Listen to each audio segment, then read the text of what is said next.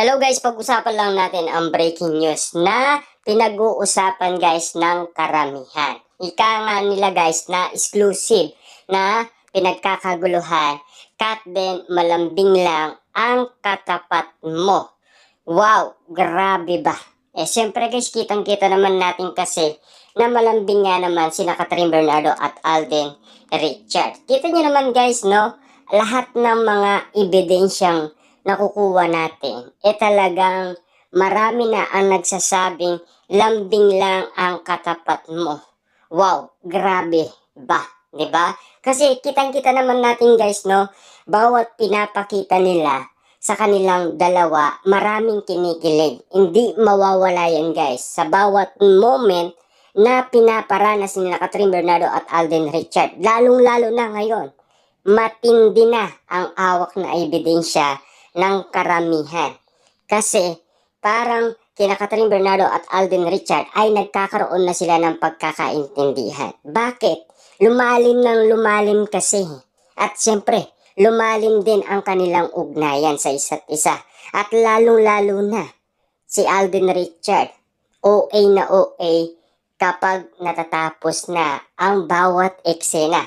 Tulad na lang ng shooting nila sa Canada at tulad na lang ng mall tour nila. Grabe ang mga moment guys na hindi na natin makaya. Kasi alam naman natin guys na marami na ang nababaliw at marami na nagugulat, marami na nagdududa, marami na ang nagtataka. Siyempre alam naman natin karamihan naman guys kapag ang inala talagang nakita mo na meron kang patunay at meron kang awa, lalong-lalo na marami. Marami yung lambing, marami nga naman kasi yung sweet, marami yung romantic, lalong-lalo na holding hands, di ba? Laging holding hands, laging magkadikit. At siyempre, yung yakap nga naman sa last mall tour nila, grabe yung unlimited, di ba? At lalong-lalo na, yung yakap sa pag-alis nila sa Canada, grabe yun may pit yun. At lalong-lalo na yung yakap nung sila ay umalis sa Middle East, grabe yun. Pero ito ang matindi, yung hindi kabilang sa mga promotion, diba? Katulad na lang guys ng pagtasa nila ng lapis, hindi promotion yun. Kasi tinawag silang lucky charm, diba? At lalong-lalo na yung nangyari sa skydiving, malayo na sa promotion yun. Diba? Nagpakilig sila ng hindi naman yun trabaho Yun ay, siyempre, kalakasan ng loob at tibay ng loob. Doon masusubok ang pagmamahalan ni Catherine Bernardo at Alden Richard. Kita na naman natin guys, no?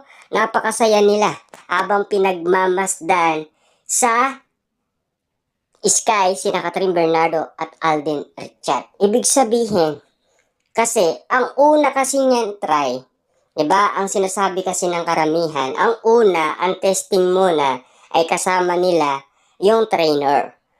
Tapos, ang kasama na ni Catherine Bernardo ay si Alden Richard na. Ibig sabihin, ang una kasi takot silang dalawa.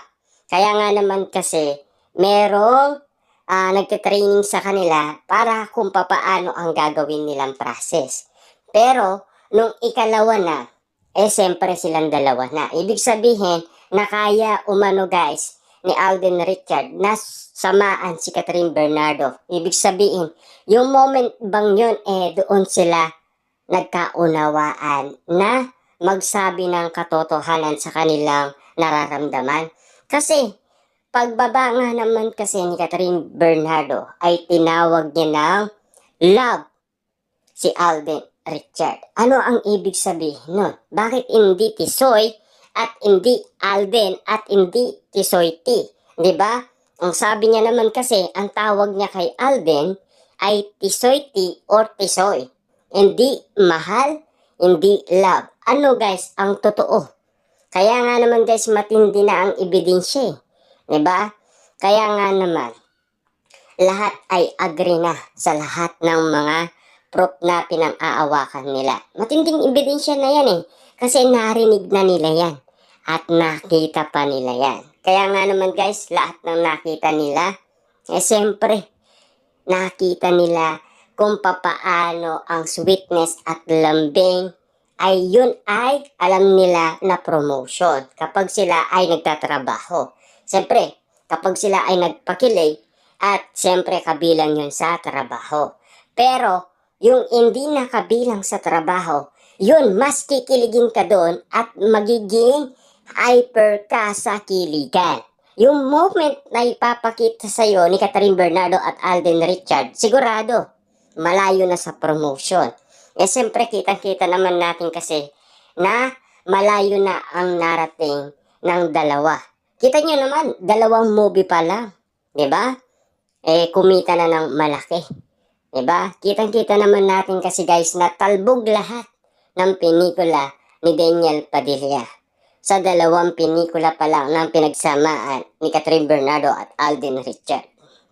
Kitang-kita naman natin kasi guys na sinasabi nila na ngayon ay kakaiba na yung Catherine Bernardo at Alden Richard. Kaya nga naman guys, nag-matured sila eh. Kaya nga naman nagkaroon ng time si Alden Richard kay Catherine Bernardo dahil nag-matured na. Ibig sabihin, nakita niya na ang kanyang tunay na minamahal. Kasi noon, wala pa siyang time. Bakit? Eh hindi niya pa alam kung paano i-handle ang kanyang oras sa panliligaw.